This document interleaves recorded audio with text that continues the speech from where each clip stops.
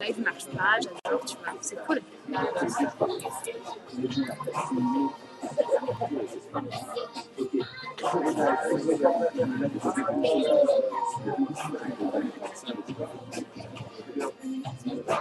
On est bon?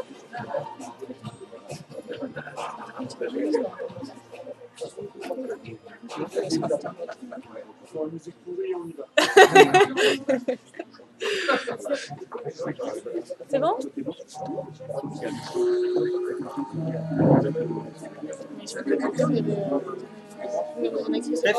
T'es prêt?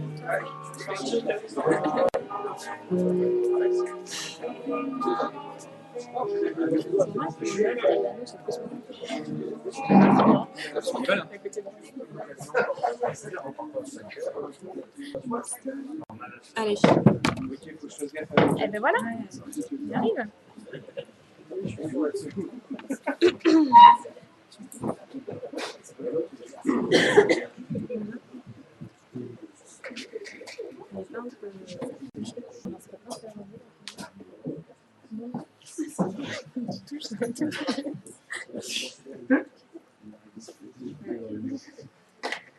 Neuf minutes de retard.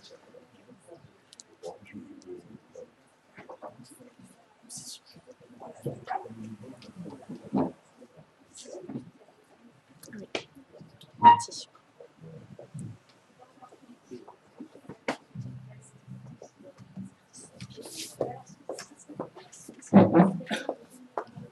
On est bon?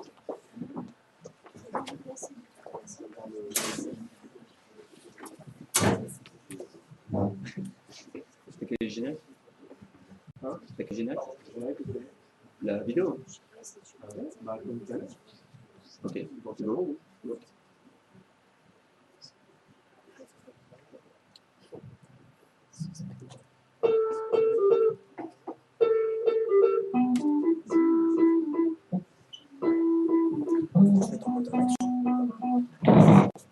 Putain.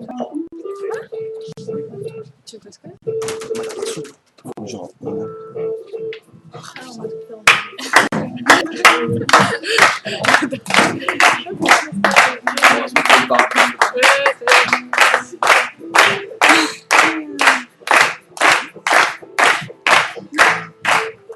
Bonjour à tous et bienvenue au Spotlight pour Followers, bienvenue au public.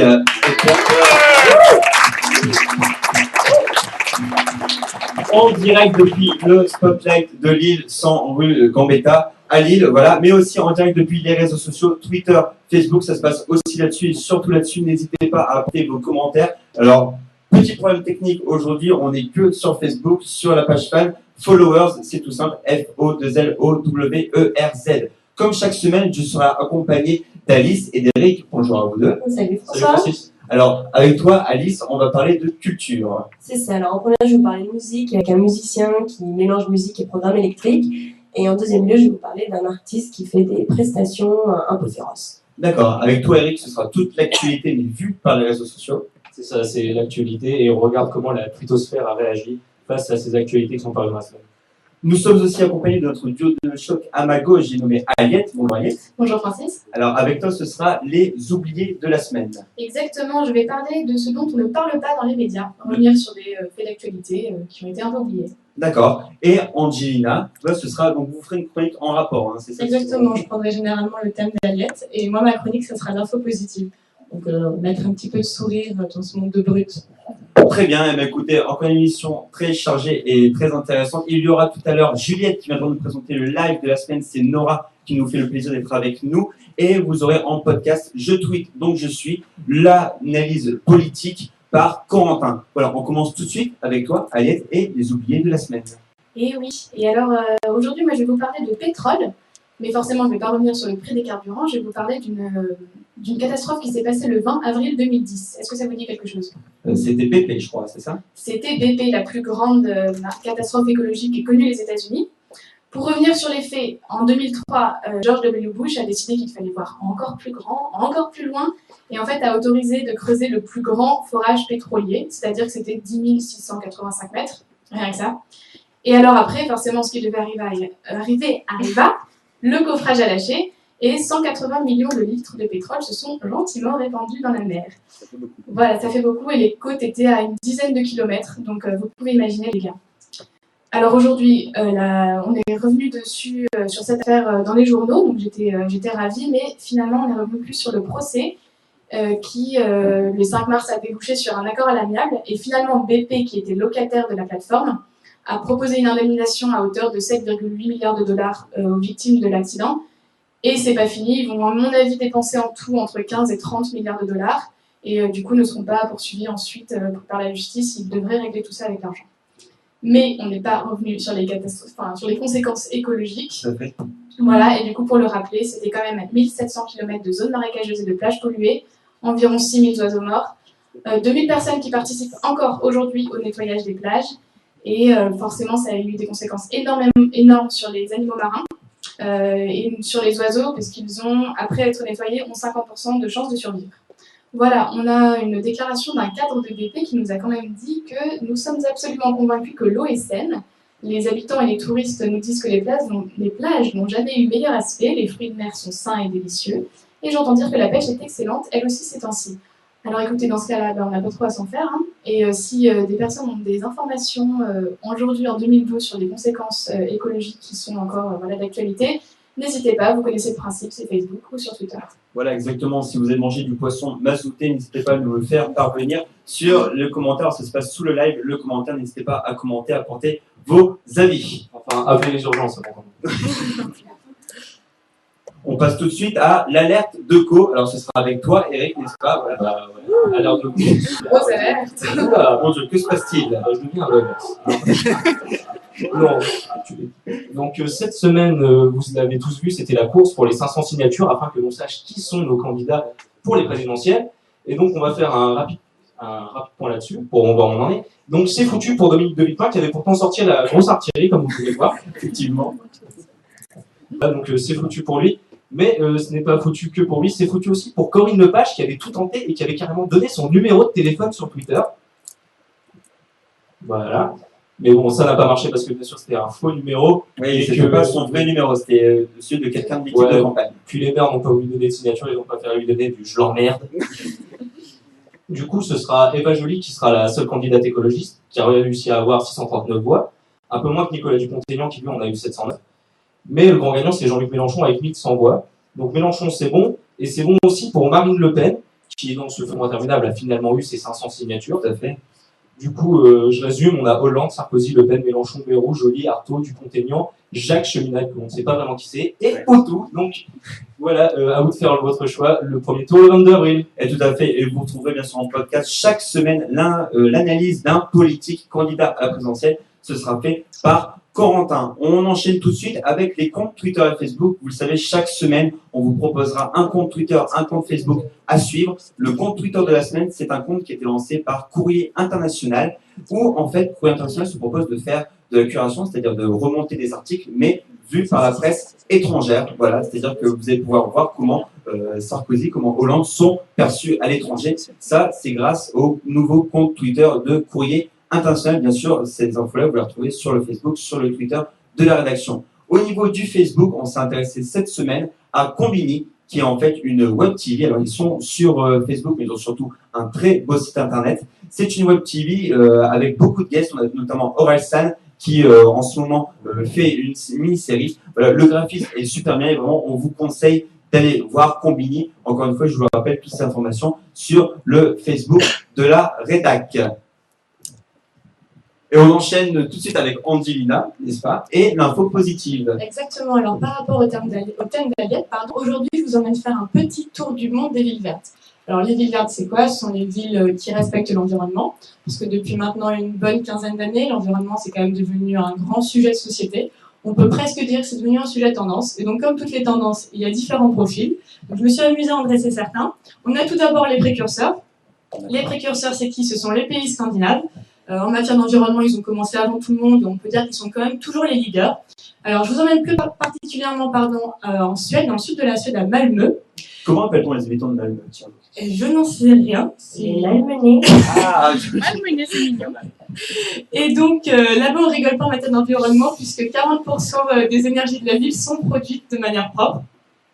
Donc là, c'est le quartier de Västra que vous pouvez voir. Et il D'accord. faut savoir que Västra c'était construit sur d'anciennes friches industrielles, comme quoi c'est possible de faire du beau avec du lait. On continue tout de suite avec le Japon. Le pays s'est lancé après Fukushima dans l'élaboration de la plus grande ville verte mondiale. Donc normalement, le projet devrait voir le jour en 2014. Et alors, ça portera le doux nom de Fujisawa. Voilà. À tes souhaits. Merci. On a toutes les caractéristiques de la ville propre, donc énergie renouvelable, recyclage, etc. Mais enfin, le vrai coup marketing en fait pour le pays, c'est ça sera interdit de circuler autrement qu'en voiture électrique, si j'ai bien tout compris. Et comme de par hasard, le Japon compte devenir un leader dans ce domaine d'ici les prochaines années, donc au moins ils pourront en vendre quelques-unes à l'intérieur du pays. Et enfin, si vraiment vous souhaitez savoir ce que peut être un bon coup de communication réussi grâce à l'environnement, je vous emmène à Masdar. Donc Masdar, c'est à Abu Dhabi. Charmante émirat qui est connu pour ses extractions de pétrole et aussi pour accueillir bientôt une extension du Louvre.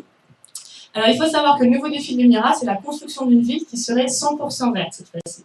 Alors la tenue-vous prêt, même les voitures sont interdites et elles seront remplacées par ce genre de cabine. Alors je ne sais pas si on peut les voir à l'écran. Voilà, donc c'est totalement futuriste, c'est un truc de fou furieux, on se croirait dans un film de Spielberg. Tout à fait. Donc tout ça fonctionnera grâce à l'énergie solaire et la ville en soi est magnifique et donne vraiment envie.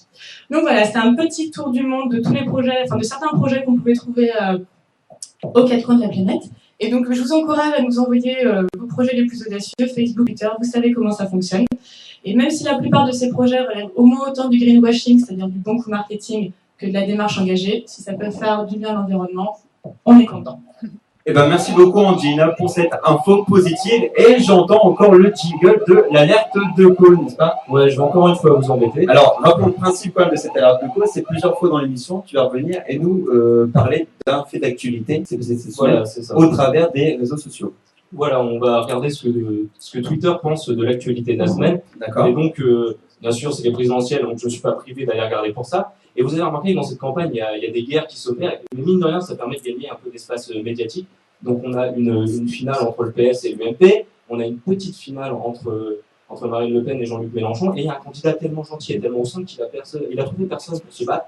C'est François Bayrou, notre cher François Bayrou, qui était tout de même l'invité du Modem, l'invité de Michel Denisot mercredi soir. Et donc, ça nous a permis de ressortir des tweets citations de lui. Donc, voilà. Mais c'est très bien d'anticiper l'avenir, François, et c'est ce qu'il fait réellement, ce cher Bayrou. D'ailleurs, on peut être quasi sûr que sur ce point, il ne mentira pas.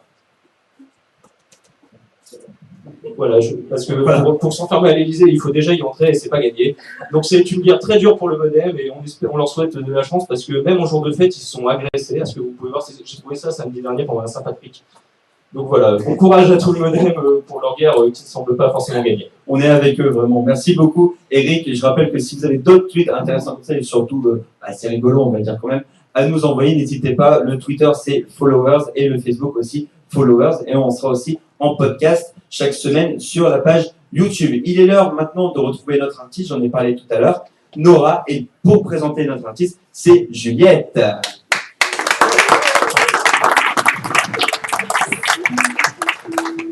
Bonjour Juliette. Salut Francis, salut à tous. Alors, pendant que Nora est en train de se préparer sur scène, est-ce que tu peux nous en dire un peu plus sur cet artiste? Oui, bien sûr. Alors, il nous vient de loin, il nous vient de Perpignan. Alors, déjà, merci à lui de s'être déplacé. Okay. Il a un univers musical bien particulier. Déjà, Nora, ça vous dit quelque chose, déjà? Oui, ouais, j'ai entendu. Ouais, voilà. Donc, déjà, ça fait 15 ans quand même qu'il fait de la musique et de la scène. Il propose une musique électropop plutôt audacieuse et surprenante, avec des textes vraiment originaux. Au niveau de sa discographie, il a sorti un premier album en 2008, Vous mes autres, et ensuite il a enchaîné les collaborations artistiques avec le chanteur Jordi Barre, Francis Cabrel, et détail non négligeable les filles, il a fait la première partie de Renan Luce. Vous pouvez y aller, c'est bon, allez-y. J'ai juste ma mère qui a aussi crié, j'ai peur. Allez-y, je vous donne la parole. Collabo. Donc ouais, c'est vraiment un artiste qui est surprenant et dynamique. Il a l'habitude de faire des concerts engagés, de faire des happenings dans des endroits vraiment inattendus et surprenants. Allez faire un tour sur la toile, je sais qu'il y a des vidéos qui sont disponibles de ces happenings. Et donc voilà, c'est vraiment un artiste qui est autant plébiscité par le public que par les professionnels. Et je pense que maintenant, je vais me taire, je vais vous laisser embarquer dans cet univers un peu atypique et extravagant. Eh ben, voilà. Tout à fait, merci. Que nous chante-t-il? Il nous chante Culotte courte, un de ses titres phares. Et je vous invite à vous retourner un peu plus si vous voulez assister au spectacle. Eh bien, tout à fait, on se retrouve après pour la suite de Fleurs. Maintenant, c'est Nora.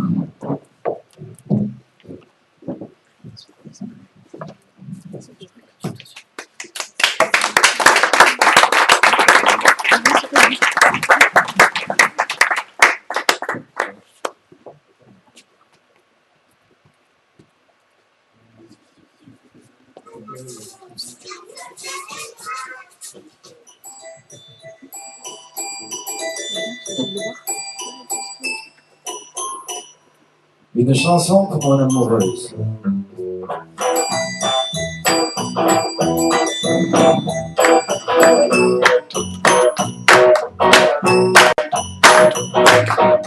On dirait qu'on se fait refaire, on dirait qu'on a déjà fait l'amour avec les doigts, que l'amour sous les toits. On dirait qu'on se fait refaire, on dirait qu'on a déjà fait l'amour avec les doigts, que l'amour sous les toits. Je m'en applaudis, pour mon élévation, j'ai fait un troc, pour ma cure, et mon musique, c'est pas la fille. Dans la cabane, dans de l'arbre, j'ai la viette, pour les chaussettes, quand t'es dans bête, tirer ma baguette, et je reste on s'en fout. Ma tête, c'est juste là, quand on aura. On s'en fout, c'est juste un temps, quand on aura. J'ai la rigole, mais c'est pas rigolo. La main dans les poches, le poil est à l'âche, je les envoie, mais c'est pas tu es. Et l'amoureuse, et pas la même chose. Dans la cabane, dans de l'arbre, on va la viette. Tes chaussettes, et tes gambettes, si on joue au 7.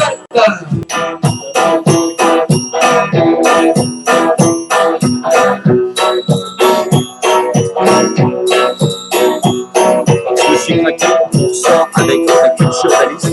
On fait culture fête de la semaine, musique. Et après, c'est un peu cohérent aussi. Et le reste, on s'en fout. On doit plus penser jusqu'à demain matin, quand on aura gamin. Et le reste, on s'en fout. On doit plus penser jusqu'à demain matin, quand on aura gamin.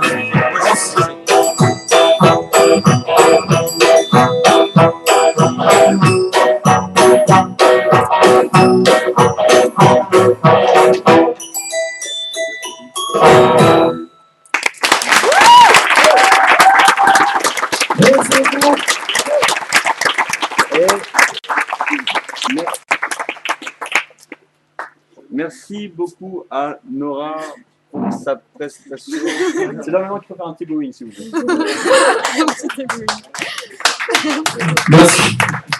Merci beaucoup à la régie de faire ce. Vous pouvez la applaudir parce que la régie, c'était pas évident. C'était la première, donc merci beaucoup. Ça commence à agir sur les réseaux, notamment sur Facebook, une certaine Nolwenn, qui demande Juliette, quand est-ce que c'est toi qui chantes? C'est un défi. C'est une question des auditeurs, donc il faut leur répondre. Est-ce qu'on te verra un jour chanter sur cette chaîne? Oui, s'il te plaît, Juliette. Je pense qu'il y a des gens plus talentueux que moi. Quand on voit tu l'émission. Voilà, ces chutes, Tira. Continuez si vous connaissez Nora, si vous avez envie de connaître ses dates de concert, etc. N'hésitez pas à nous envoyer les informations. On fera bien sûr passer, on vous enverra toutes les informations sur Nora. On continue avec toi, Alice. Oui, enfin. Alors tu vas nous parler de. Les gars, c'est des couilles à parler, c'est mon tour maintenant. C'est-à-dire que tu as encore une marque de l'oreiller sur la joue, donc c'est vrai que tu t'as réfléchi. On continue avec toi, on parle de culture. C'est ça. Alors moi aujourd'hui, j'ai décidé de vous parler d'un artiste un peu bizarre. Donc déjà, est-ce que vous connaissez le concept de zoophrénie? J'ai peur. Déjà comme ça, non. Si je dis oui, je me fais virer tout de suite. En fait, c'est un néologisme entre zoophilie et schizophrénie, donc inventé par l'artiste Oleg Kulik. Et en fait, de cette fascination pour les animaux, l'artiste questionne l'individu sur la frontière qui subsiste entre l'homme et l'animal. Donc, la question de bestialité. Pardon. Changement de micro. La magie du direct. Voilà. C'est bon là? Continue. Ok, donc je continue. Et donc, il interroge la question de la bestialité, des pulsions et de la violence chez l'individu. D'accord. Donc, une grande partie de son travail est centrée là-dessus. Et voilà, du coup, c'est sorti d'une incompréhension, dit-il, de la Russie des années 80, avec les changements politiques qu'il y avait. Et pour lui, c'était cette manière de s'exprimer. D'accord. Donc, pour revenir au fait, l'artiste est né en 61 à Kiev, donc en Ukraine, et il a commencé à être connu pour sa série Mad Dogs en 96, comme vous pouvez le voir ici vraiment en photo. Et en fait, ce qui s'est passé, c'est que Stockholm, à suite à la chute du mur, a organisé une grande exposition mélangeant artistes de l'Est et artistes de l'Ouest. Oui. Sauf que les artistes de l'Ouest considéraient d'un œil assez malveillant les artistes de l'Est et les traitaient d'incapables, d'arriérés et même d'anti-humains. Du coup, Oleg Kulik a pris ça au pied de la lettre et a décidé de se ramener en chien, du coup, tenu par une laisse, et jusqu'à même à mordre des personnes. Donc pour lui, c'était sa manière de dire, si on est russe, c'est qu'on est un chien, et donc voilà. Et les dernières, plus ou moins, actualités, qui datent tout de même de 2008 sur lui, c'était à la FIAC à Paris, alors qu'en fait, il présentait ses œuvres avec la galerie Excel, qui est une grande galerie moscovite. Le parquet de Paris a décidé de faire décrocher ses œuvres parce qu'il les jugeait relatives à la diffusion d'images à caractère violent pornographique, au contraire à la dignité humaine.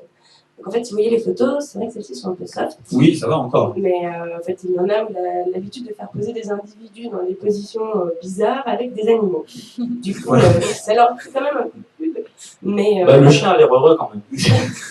Merci Eric, tu mets pas sa place. Après, bien sûr, il ne faut pas limiter le travail de l'alcoolique à ça. Non, oui, j'imagine. J'espère.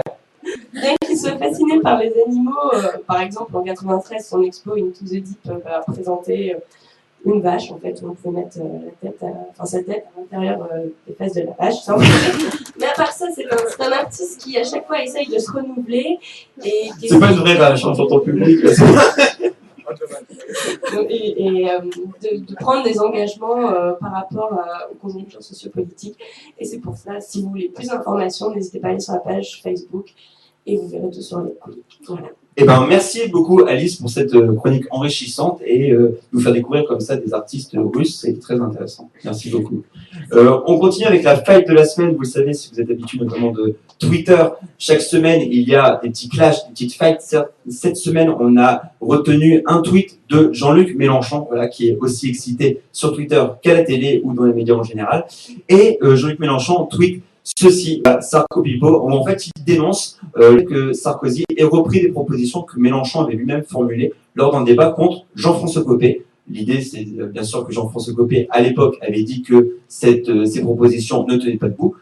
Donc la vidéo nous montre ça, mais le plus intéressant dans ce tweet, et c'est pour ça qu'on l'a sélectionné, c'est qu'en copie, il met le compte de Nicolas Sarkozy. Alors on n'a pas eu de représailles, pour autant on imagine que dans les semaines à venir, sur Twitter, les politiques, comme ils arrivent de plus en plus à connaître l'outil, vont de plus en plus se lâcher. Donc, on vous invite à suivre tous ces politiques. C'est pour cela que sur le Facebook et le Twitter, on va vous mettre tous les comptes officiels des politiques, les comptes de campagne. Comme ça, vous allez pouvoir aussi nous aider, car vous aussi, vous faites partie de la conférence de rédaction de Followers et vous pouvez aussi nous faire parvenir des tweets, des posts ou encore d'autres contenus. Voilà. Alice, on ne s'arrête plus, on continue avec toi. Oui, c'est ça. Tout à fait. C'est aussi une chronique musique. C'est ça. Donc là, j'ai décidé de vous parler d'un artiste assez intéressant, en fait, Tristan Peric. C'est pas un musicien comme les autres, et lui, son concept, c'est de compiler des sons avec des programmes électriques. D'accord. Donc vraiment, par exemple, son premier album, One Beat Music, c'est sorti en 2005. Donc c'est ce qu'on entend là, oui. C'est ça, tout à fait. Et donc c'est composé par un circuit électrique. Donc si on regarde bien sur la pochette de l'album, si apparemment on ne peut pas, mais en fait le programme électronique en fait, est dans la pochette. Et du coup il y a un plugin jack auquel on branche ses enceintes et c'est de là que le son émane en fait directement et pendant 40 minutes vous avez ce type de musique. Bon, il y a quoi peut-être finir dans un hôpital psychiatrique, mais quand même c'est conceptuel. C'est conceptuel et surtout ce qui est intéressant c'est que l'artiste dedans il cherche vraiment à interroger la création musicale et la création du son en lui-même et comment allier musique et mathématiques. D'accord. Eh bien, écoute, merci beaucoup. Comment peut-on retrouver il donne des concerts peut-être? Oui, mais que outre-Manche. Donc, si vous n'êtes pas loin de New York, oui, sinon vous pouvez écouter son album sur son site, tristanperich.com.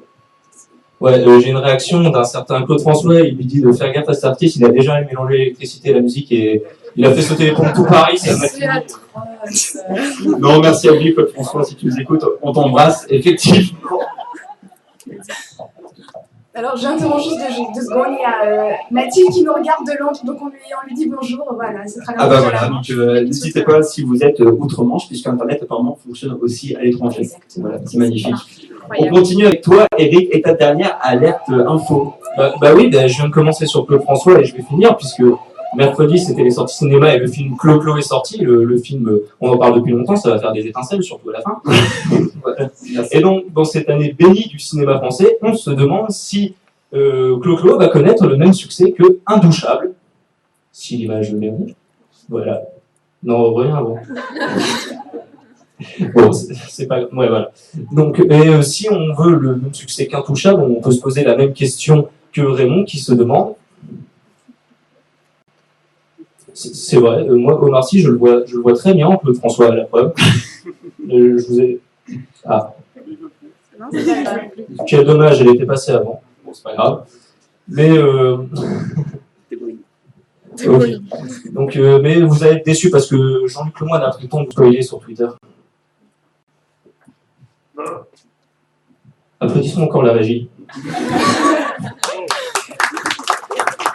Non, c'est pas grave, Jean-Luc Lemoyne révélait à la fin qu'à la fin. Peut-être citer le tweet, voilà. Jean-Luc Lemoyne disait que c'était dommage de ne pas faire un Clo-Clo 2 et de le buter à la fin. Mais si vous n'avez pas envie d'aller au cinéma, je vous conseille de faire comme Stéphane Guillon, qui nous dit tout simplement Clo-Clo, j'attends le film en DVD pour le regarder dans mon bain.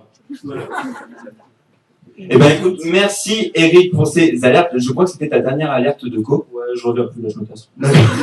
Eh ben c'est ta dernière alerte de co, mais c'est surtout la fin déjà de Followers. Voilà, j'espère que vous avez passé une bonne émission. Le public, merci au public d'être venu.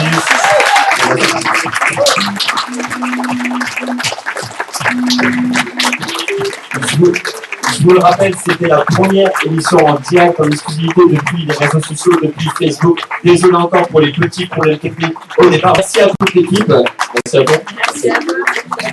Et je voudrais faire quelque chose qui ne se fait pas. Si David peut nous suivre, voilà, on a l'habitude de montrer l'équipe à la fin quand une émission se termine. Moi, je trouve ça un peu bête. Je voudrais qu'on la montre dès maintenant. Donc, vous avez bien sûr toutes les personnes qu'on a vues ici. Vous avez la régie avec Corentin et Alexandre. Merci pour eux, s'il vous plaît. Ils ont bien gagné aussi. Stéphane et Quentin en caméraman. Pierre-Henri à la régie.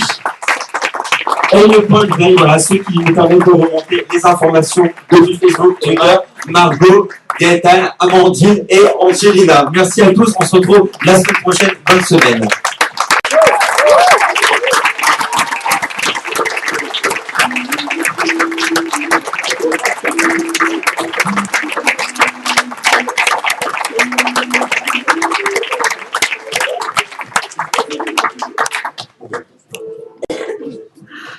Merci beaucoup à tous d'être venus. C'était facile. J'espère que l'émission vous a plu. Et... Bon, on se retrouve. Voilà. Je sais pas trop quoi dire en fait. Merci beaucoup. On se retrouve au bar en fait. Voilà, c'est ça. Je pense que c'est l'idée. Voilà. Ah, c'est toi qui paye donc non. On se retrouve quand même au bar.